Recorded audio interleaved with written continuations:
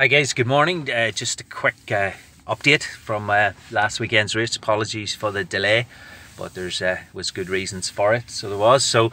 I don't know, people following this wee bit of a story want to hear some sort of inspiration or some words of how would you say, a victory or a joy or whatever. So let's start off with that.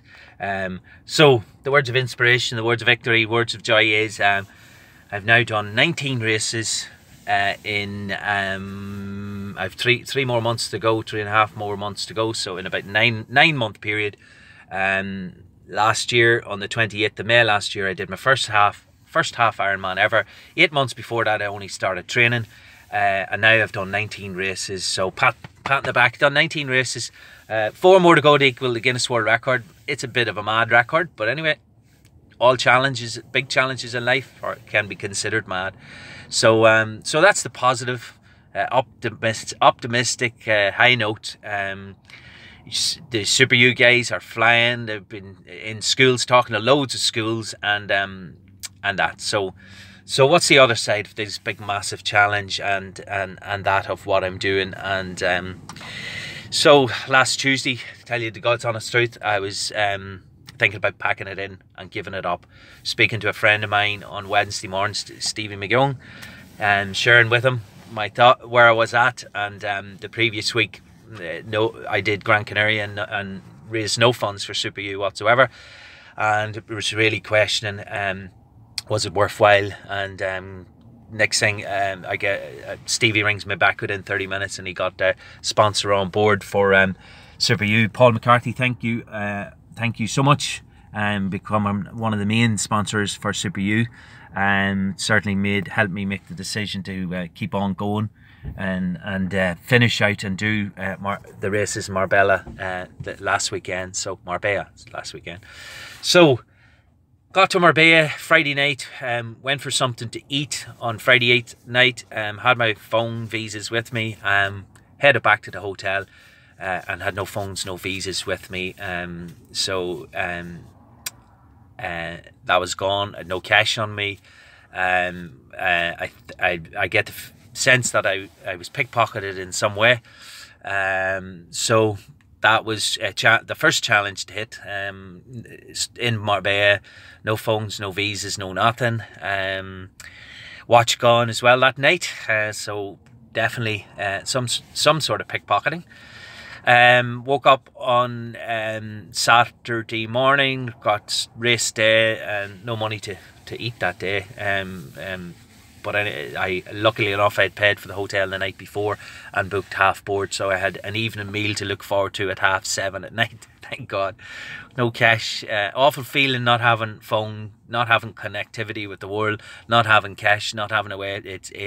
When you lose all of that, you really lose a sense of yourself. It's mad how we're so trapped in the modern world with the technology. So got checked in, got all the registration done. Did tell you God's honest truth, didn't feel like doing the race whatsoever. Woke up 4 o'clock on Sunday morning, and my back was seized, couldn't get out of bed. It sounds like a story from some sort of fairy tale book, but it's a fact. Couldn't get out of bed. Don't know how I did to my back. But then so I says, right, that's it. I'm packing it. I'm not doing the race. And then I says, no, come on, keep one step at a time. Put 1 foot on the floor, 2 foot on the floor. Get into the bathroom. Just wash your face. Get your suit on. Go downstairs. Get a bit of breakfast. So it was all just 1 step at a time. Get to the start. You can pull out before it. So it was down. I got to the bike, and the next thing I heard a voice shouting, Declan, and thank God, Aisling Martin and Owen Martin and the gang that was with them there. I ended up meeting them and telling them what had happened, and thank you so much for your help. I wouldn't be able to get home from Marbella only for your help and give me some money to get home. So really appreciate it, guys. But when that happened, you don't realise at that moment, you helped me to make the decision to start the race, because I wasn't going to start. So I started the race and got into the water, felt claustrophobic in the water and the practice swim, and I just said 1 stroke at a time, Declan, 1 stroke at a time. Took myself to the start line, one stroke at a time, one step at a time. That's all I kept saying. And then got in, the water was swelled well up, and I was just going one stroke at a time, one stroke at a time. They had to cut the swim slightly short, so got out of the swim and got onto the bike, started cycling, got through, and at 45k, everything, my head was just going round in circles. My back was just killing me. Every pedal of the bike, it was killing me. When my hips started, and I stopped 3-4 times at the side of the road, and I was stretching, and I says, I'm going to have to pack it in, give it in. But I kept going one step at a time, one more step, one more step, one more move, and got to 68 kilometres, made the decision that I was pulling out of the race, and all of a sudden a guy comes up beside me, Steve from Ireland.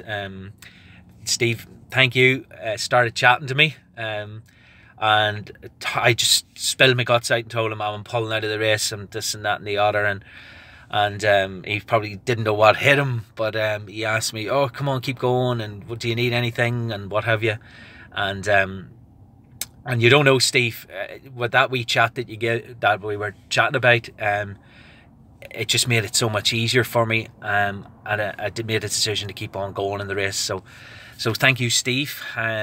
You came along at the absolute right time. Sometimes that happens in life. People come along at the right time, and if you talk to them about how your pain is, the pain can be halved.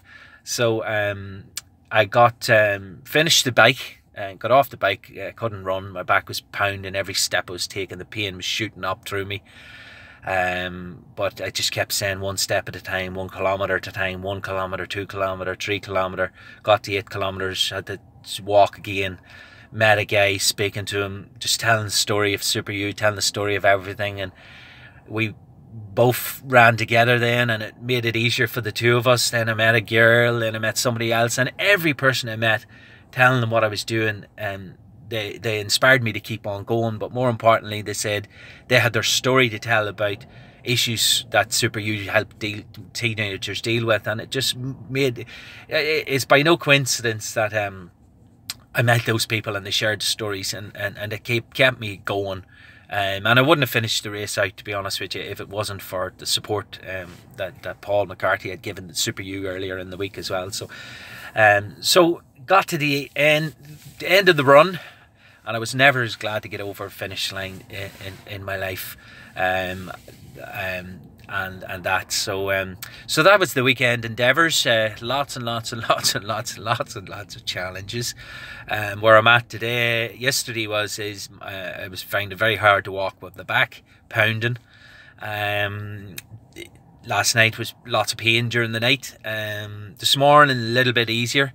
I don't believe in medication, but had to take some anti-inflammatories there last night, and it seemed to have helped and worked.